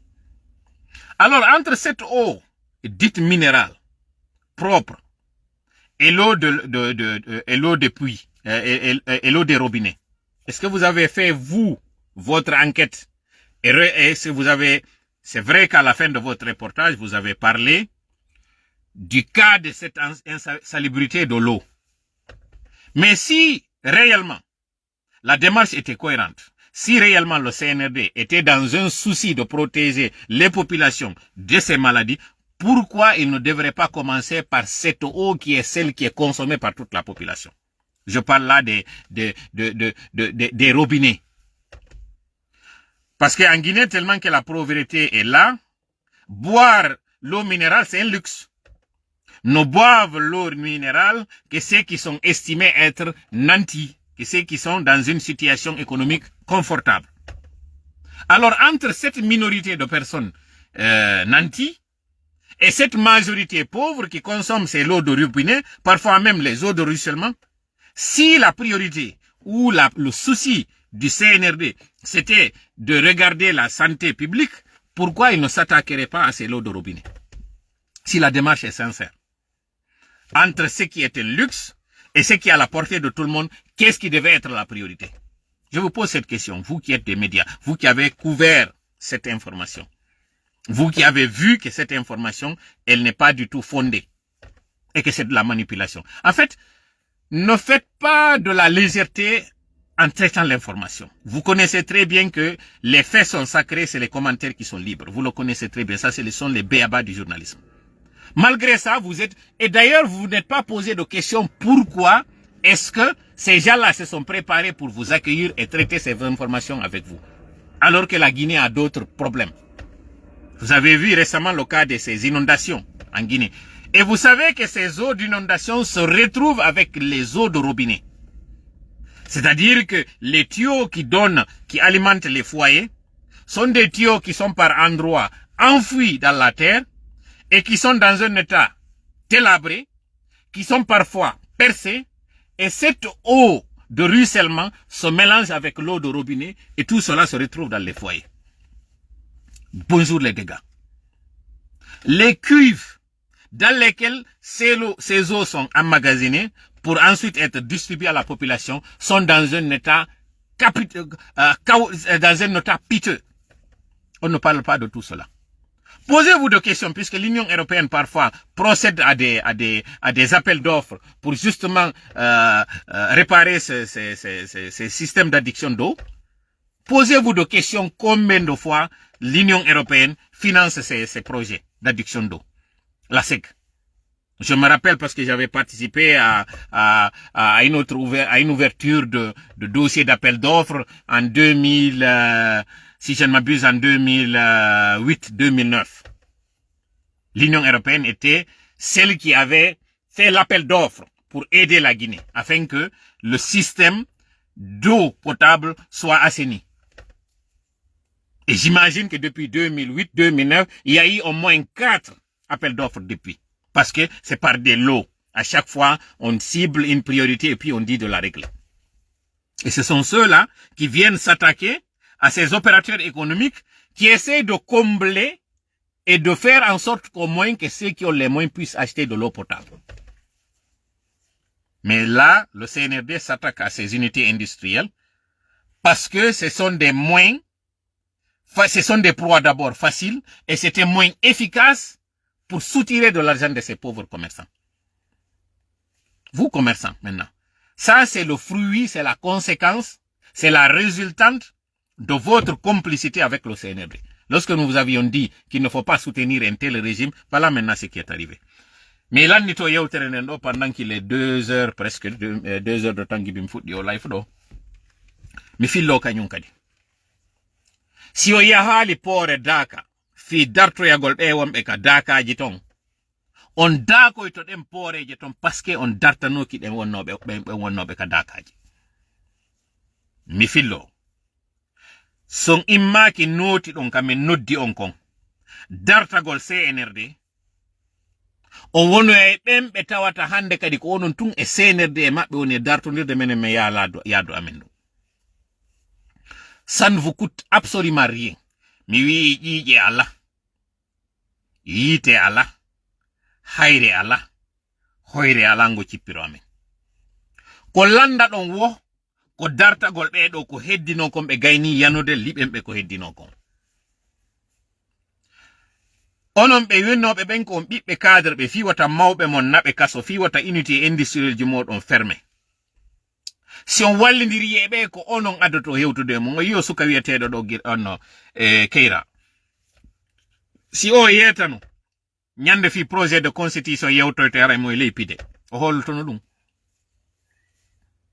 En foppe yi photo mo waɗi on. Kon ɗum wari oɗo ko parce que CNRD acci waɗugol assainissement.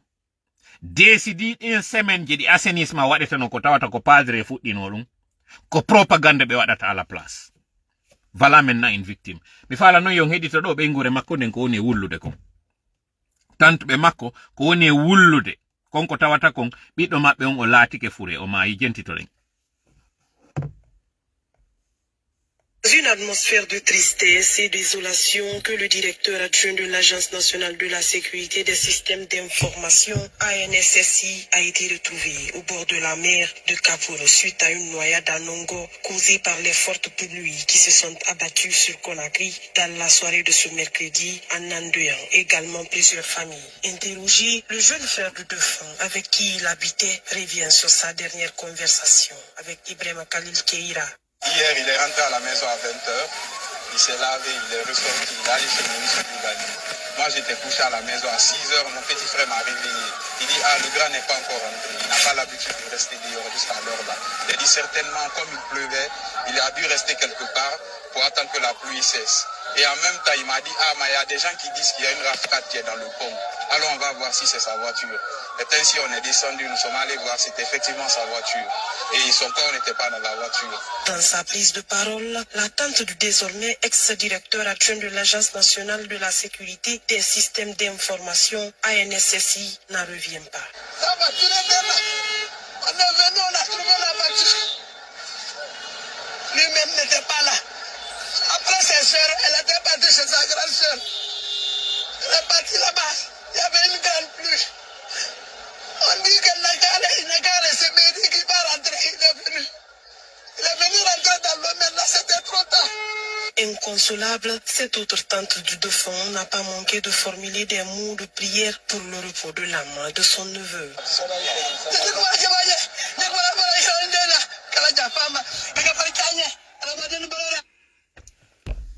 No yurmi hako ko hebi modokon. Wallahi ne mo ya fomo. Là, vous allez comprendre la douleur des familles qui perdent un des leurs. Je ne vais pas amputer toute cette responsabilité à cette victime. C'est un jeune qui est parti à la fleur de l'âge, plein de rêves, plein d'ambition, vigueur, laissant derrière lui des enfants, devenus désormais des orphelins, une épouse. Aujourd'hui, il est parti parce que tout simplement ses collaborateurs, ses associés, les gens avec lesquels il travaille, n'ont pas pris leurs responsabilités.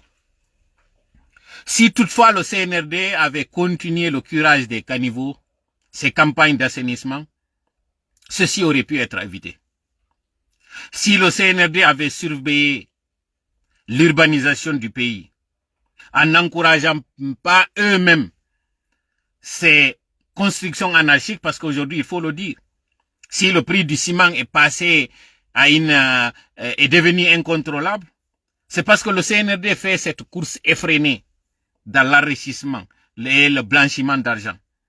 Ils sont en train de passer par des particuliers pour construire des maisons. Parce que ça constitue pour eux le refuge, une façon pour eux de faire des activités dans le pays. Lui, aujourd'hui, il est parti. Et son cas est médiatisé. Et dans cette médiatisation, on a vu sa photo où il détient ce projet de constitution qu'il défend. D'ailleurs, cette institution, l'Agence nationale de sécurité du système d'informatique ou d'information. Voilà cette agence qu'on pourrait accuser d'être au service du CNRD pour contrôler les échanges d'informations. Dans information, nous avons la presse. Nous avons le digital. Nous avons tout cela. Ces écoutes téléphoniques. C'est le directeur général adjoint, le DGA. Quel est le rôle que lui il jouait? Je ne saurais vous le dire. Mais le rôle de son département, on peut spéculer là-dessus.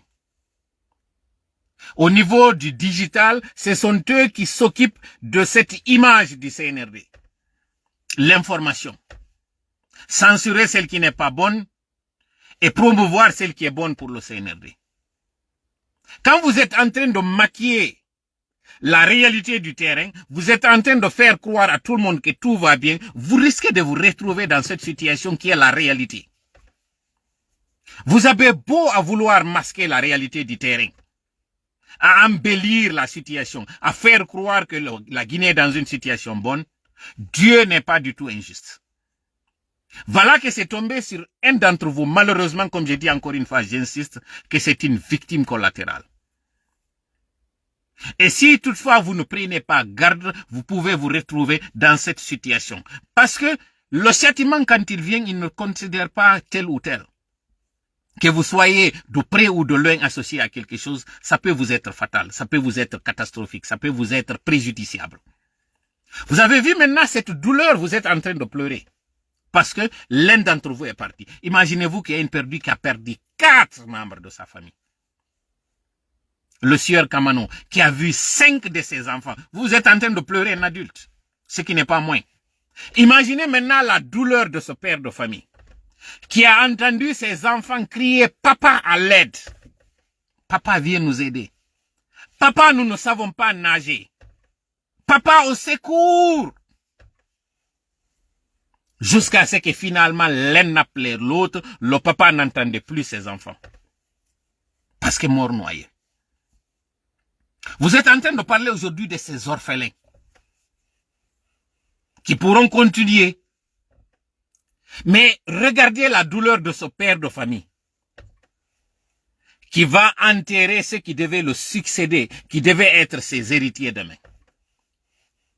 Je ne suis pas en train de faire de la comparaison, je ne suis pas en train de banaliser une chose par rapport à une autre. Je suis juste en train de vous expliquer la peine de ces populations.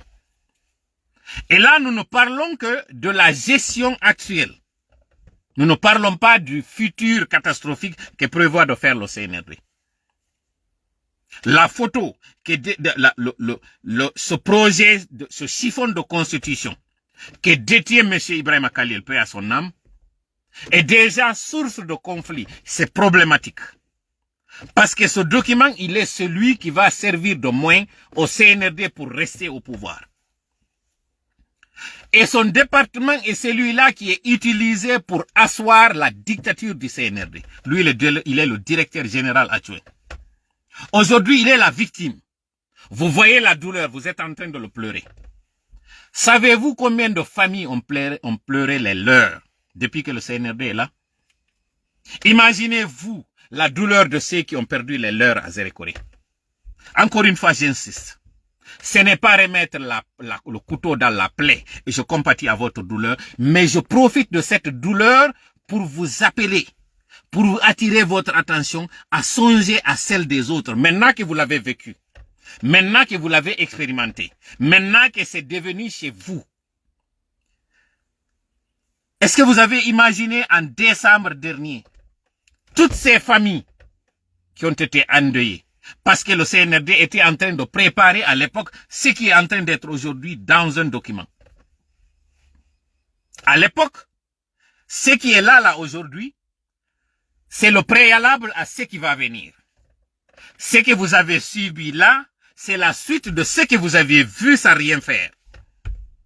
Ce que vous aviez banalisé et que vous aviez estimé que ça n'arrivait qu'aux autres, c'est ce qui vous arrive aujourd'hui.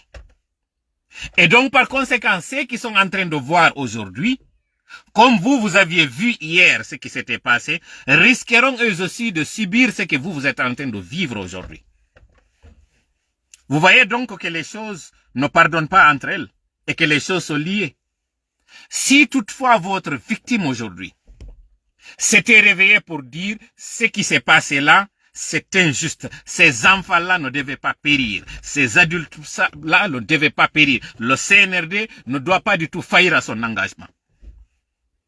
Si telle avait été la position de votre garçon, si telle avait été la position de vous-même, les familles aujourd'hui victimes, je parle de vous, parce que vous au moins, vous êtes à la fois victime et auteur, par ricochet, parce que votre défunt garçon était membre justement du système. Un membre très actif du système. D'ailleurs, il y a des images de lui dans d'autres événements. Il y a des interventions de lui dans d'autres plateformes où il était en train de vanter ce document. Il est en train de vanter le CNRD. Il est en train de vanter les mérites. Où il est en train d'appeler ses travailleurs. Il est en train de les inciter à être debout, à aller dans les campagnes pour faire ces caravanes de paix. Ces audios-là existent. Lui, aujourd'hui, il est victime du système qu'il était en train de défendre. Voyez-vous donc que ce système-là n'est pas bon. Il est mauvais. Et que ce que vous soutenez aujourd'hui peut être à la base de votre décès demain. Comme je dis encore une fois, ce n'est pas remettre le couteau dans la plaie. C'est profiter de cette douleur que vous avez pour vous appeler à réfléchir sur celle de ceux-là qui l'avaient subi. Et donc, par prévention, que nous soyons tous ensemble pour chasser ce CNRD. Ne pas le faire, c'est être complice de ce qui va vous arriver demain. Parce que lui, de quel côté nous allons le mettre? Une victime? Ou bien un bourreau qui a subi ce qu'il avait préparé? Je sais encore une fois, comme je dis, c'est douloureux. Et que les enfants là devenus orphelins n'avaient pas à payer pour ce qui s'est passé là. Peut-être que lui-même n'avait pas à payer. Mais Mamadi, depuis que cela est arrivé, qu'est-ce qu'il a fait? Est-ce qu'il a organisé un deuil? Si vous aviez exigé à ce qu'il y ait un deuil à Zérekore, aujourd'hui il allait être dans l'obligation de le faire. Mais puisqu'il ne l'avait pas fait pour 300 victimes, il ne va pas le faire pour 30 victimes aujourd'hui. Le 10e ne va rien lui faire. Pendant ce temps, les Djibas sont en train de distribuer des véhicules. Des véhicules 4x4. Avez-vous imaginé un peu? Ibrahim Khalil est tombé dans une embuscade naturelle. D'abord, qui est la conséquence de ce châtiment divin et de la responsabilité de ce système qui ne regarde que ses ambitions et ses intentions, qui va la tête baissée dans le guidon vers ce qu'il sait que c'est une catastrophe, vers ce qu'il sait que c'est une calamité. Il faut utiliser les enfants, les adultes, tout le monde pour les induire en erreur. Et vous voyez tout cela. Et vous ne pleurez que lorsque cela vous arrive. Avez-vous maintenant vu? L'Agence nationale de sécurité du système informatique ou des informations, quoi qu'il en soit, c'est le prolongement de cette dictature. Et il est le directeur général adjoint. Aujourd'hui, on parle de celui qui est désormais ex. On va mettre encore un autre et le match continue. Pendant ce temps, lui, il ne va plus revenir à la vie. Ça, c'est à l'attention de tous ceux qui sont en train aujourd'hui de faire la promotion de cette calamité. Ça, c'est une sorte de wake-up call. C'est une sorte d'alerte que Dieu nous envoie comme message. Vous qui êtes en train de soutenir les commerçants qui avaient soutenu cette fourberie, cette injustice, cette tromperie, vous êtes en train d'aujourd'hui de subir la conséquence de votre appui à Dalaba. Vous êtes en train de subir la conséquence de votre appui à Maman. Vous êtes en train de subir la conséquence de vos soutiens à Télémélé, partout. Vous n'avez pas été épargnés. Parmi les unités fermées, il y en a parmi elles certains qui avaient fait la promotion du CNRD à Kankan, qui l'avaient aidé, qui lui avaient apporté de l'eau, en termes de soutien, pour ceux qui s'étaient déplacés à Kankan. Cela n'a pas empêché que vous soyez aujourd'hui parmi les victimes, parmi les unités fermées. Cela vous prouve à suffisance que ce n'est pas votre soutien à cette dictature qui va vous aider. Par contre, le fait de vous lever avec nous comme un seul homme, c'est ce qui va faire stopper cette saignée. Milani tora yewtere nendo hedintingol dundo. Mi wadi do buzz mi weltori no moƴƴa tawgo ngol nde nyande yewtere nde mi wadi ndeng. Goto arali yanemu. Mais c'était bien quand même. Go parce que ko wadino kon Dalaba ko wadino kon New York wadi jama on intéressa ki beza mo mi wolno ko tay mi fodi mi adda mi hedintina on do audio. C'est bien quelque part si mindari parce que yidube lamben tigi tigi be yaltali be ko ngimmi yewtere. Ça c'est bien, ça c'est une note très positive. Mi hedintina on do yewtere. Andine non kanyum oustaz Abdul Majid no mi wiri non. Be rétablisama. Be wattama ka position mabbe. Hara jentite ɗum ɗo.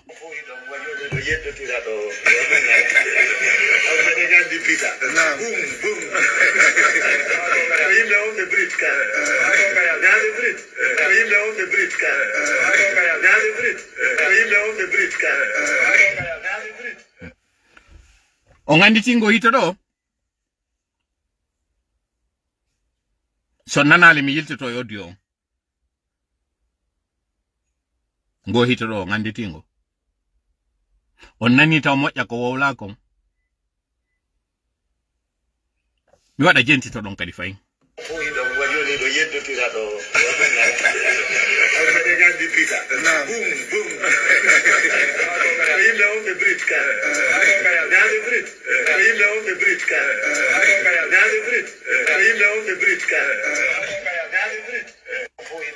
Ko hito on boni.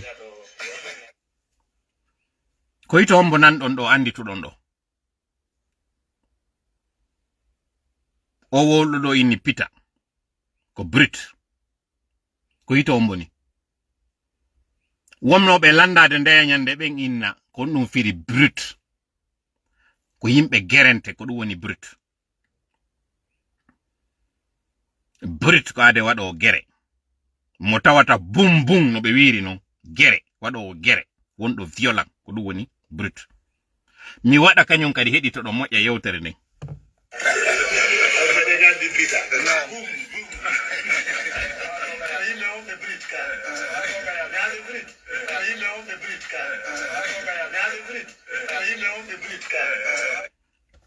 sikkunoɓe mi joganoki audio miɗo jogi audio ko Alaji Badru labini woɓe non aray ɗo joni nawo ko tricas ko hito ngo waɗa ɗum ɗo ni na tricas e miɗo jogino kadi audio o miɗo jogino kadi vidéo on nde ñande j'ai fait exprès ko forowol banana ngol mi feri kono ngol permetti lan kañum kadi wawgol andugol jama o yiya kañum kadi yado l'espoir hari ko mi habbino ko yimɓe ɓe yalto nanga wiwgol ko ni o wowlirta wiyay mo jogi pijo jogaki fus semmante mi uno ha ka commentaire Hawa Diallo d'ailleurs miɗo yurade ma ɗum en passant ko korɗo an ay ko yetti Diallojo karo inni wo tolatima dessus c'est pas grave blocage ma parce que mdo andi ko sana ko yagal wadirda et c'était fait exprès kono harim do habbino yo yimbe yaltu critique am mi surtout yo no ben no habbi yo mi yaltin et ça ce n'est qu'une partie hein. Jonnon andi ten Oustaz Abdul Hamid sanctionnama fibe inni enen labe ko en jamfante même si sanction on hande itama hein o itama mais jentite nde yewtere do moƴƴa Alaji Badru pita haysino be woni yewtirde non be kirdina wonno be ya kanyum kadi wonno kirdinede non ka gangonal be adori yugol bum bum te dir yugol gere on bumsum on ko pita andira gon be wi non parce que den andi pita ko yimbe brut goddo go wi nder ton ina gonga be ina na gonga ina on brut c'est dire il insiste yonali be kabe wi don tum pita ko brut haysi ko samakala goddo wiibe dal en interlocuteur wondo nder ton yeti be inni na pita na brut be insiste jentite moƴƴa ko wawli kon nanon parce que no gasa dara nane on ay on wattanayi la wol don on andali jentite moƴƴa kadi ko be woli kon nanon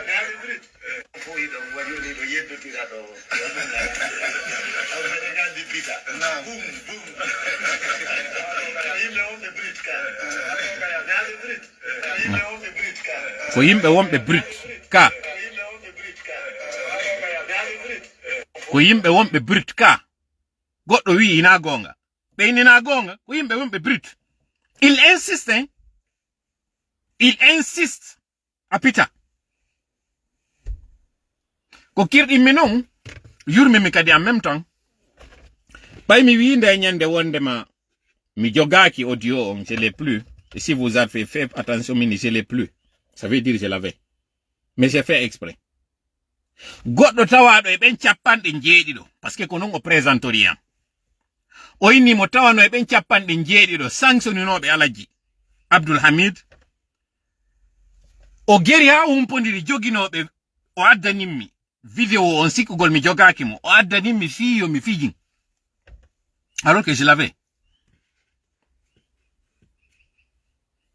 C'est-à-dire dun do fo no holli ha honto Alaji Badru même dans son propre camp il n'est pas aimé. Dans son propre camp collaborateur be makko ben tigi sikugol mi jogaki o audio wallahi mi do joginomo ndanyande kam yari mi jodi do min je l'ai plus j'ai fait exprès parce que non seulement mi do anduno que la sanction allait être levée et non mi wiri non mon objectif était de montrer que si mi lansani be défi on tum be retira be jogoto dom c'est-à-dire be maintenay position mabbe on nyande vendredi feƴƴuno ɗon harana oɗo oya feƴƴuno ɗo il était question yoɓe ittu sanction on ɓe ya wawa arde ka juulirde juula ɗum ɗon hari yewtanoma pression mon mo waɗɗon hari ɗum ɗo yewtanoma c'était déjà acquis j'ai fait exprès en venant dire ici si ɗum ɗon waɗali ɓe rétablisse ɓeya il s'est tapé la poitrine ɓe inni ok joni hande kadi ɓay tola wi ɗum ɗon nous n'allons pas faire ce qu'il a dit Mais ce qui est drôle, c'est que Wondu et Monderton, à la minute, me sont en train de me remonter des informations. Donc, je savais que cette sanction, elle allait être faite. Elle allait être faite. Ko seeduɗen, ko émotion on wonɗon o waɗirde. Menen ko hakkille me woni gollede ɗo ni mi hawja fus. Fus mi hawja. Puisque tout meɗen hon formi ko on ɗo wadde kon fop, on va venir ici e waɗay ɗo cippirongo. Nyande go non si Allah jaɓi o remercier lanko ko mi woni e wadde ɗo kon. Onon sikkuɓe ɓen ɗo ko contre mo wona. Alaji Badru no andi fewndo ɓe wonno collège des imams ɓe ɓen. Fewndo ɓe nangodirdo e Allah hinno Alaji Ousmane fata ko côté maɓɓe mi wonirno. D'ailleurs on tuma kamɓe Alaji Ousmane kamɓe Alaji Badru ko kamɓe wonno hari représentation sukaɓe ɓen hakkunde collège des imams parce que kamɓe woni le plus jeune parmi eux. Hande ɗo je suis au regret de constater que le plus jeune est le plus nuisible parmi eux. C'est dommage. Et que c'est le plus jeune qui est en train de manipuler les plus âgés. Alaji Serif Dalaba, jonnano o plainte do ontuma. Be régli dun do goto humpitaki gibi 2023 o audio do existe. 2023. Soit 2 ans. Plus de 2 ans. Fumi wawlaka. Be dabbi dun am bon leader. Joni non onon hediti ben do. Si Alaji Abdul Hamid sanctionnama parce que be wowli yewtere nde be wowli nden e gangulal.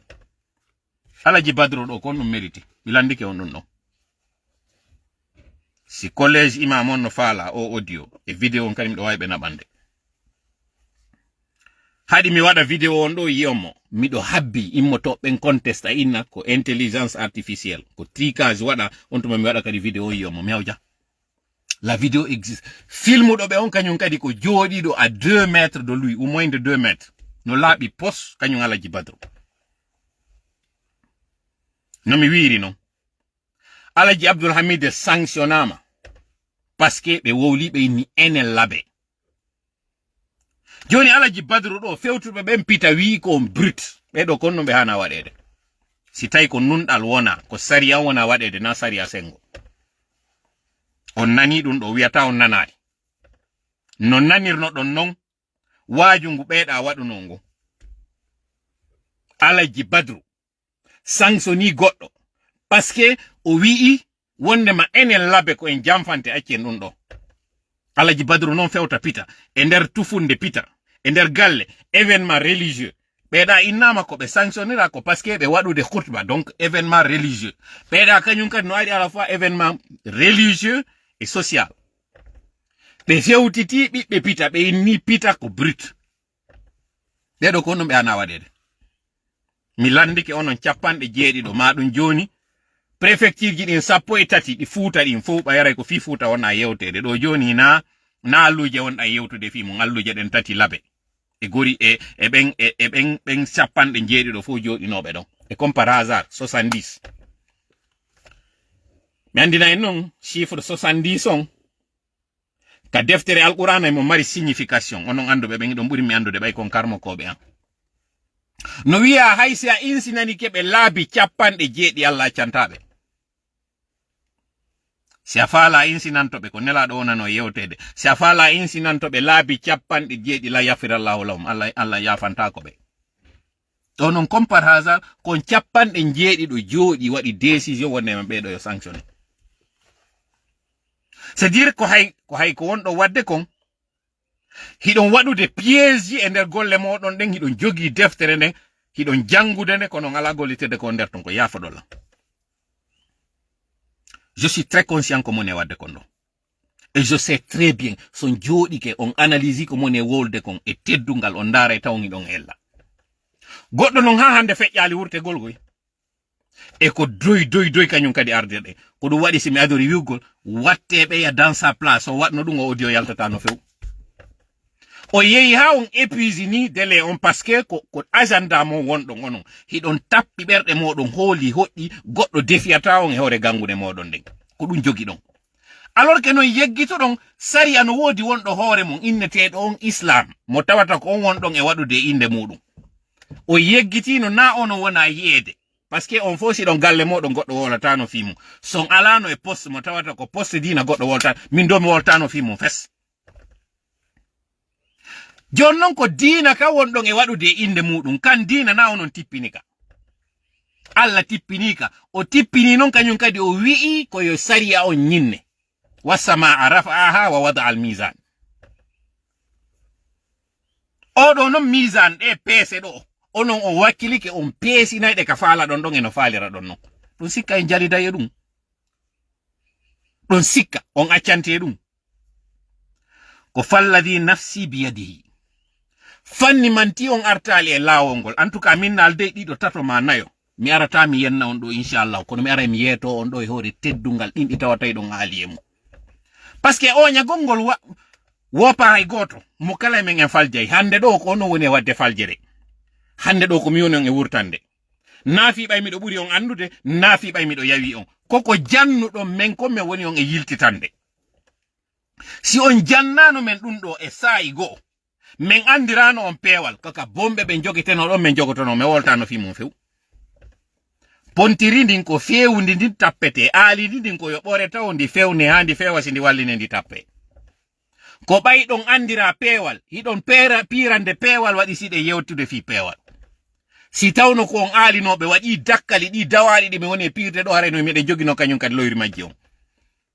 kono on wawata wiide hidon daranade gonga on hidon darani dina kan do representi kan kala nyaawo won nyaawore dina kan don e modo men fankanta on fes hidon wiide inde dina kan ido wadde dum do men fankana on dum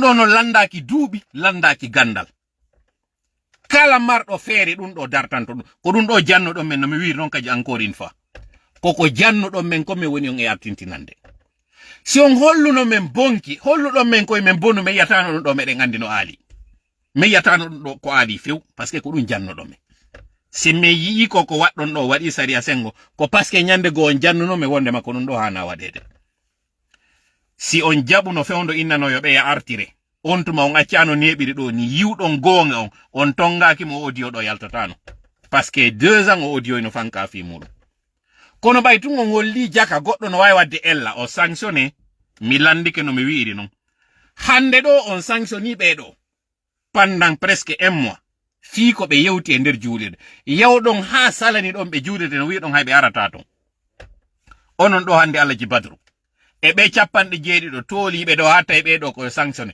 ko non hana wadede do Alaji Badru dun do en ala wolde fi innugol ko wiugol hiden libude ko inete coordination de libude ko inete tabital na dun don joni ko neddo on wonde e ndarude Alaji Badru do ko non hana wadede mabbe torikala wono ballo meden hawrinde en sawaballahu min Allahumma salli ala sayyidina Muhammad sallim wassalamu alaikum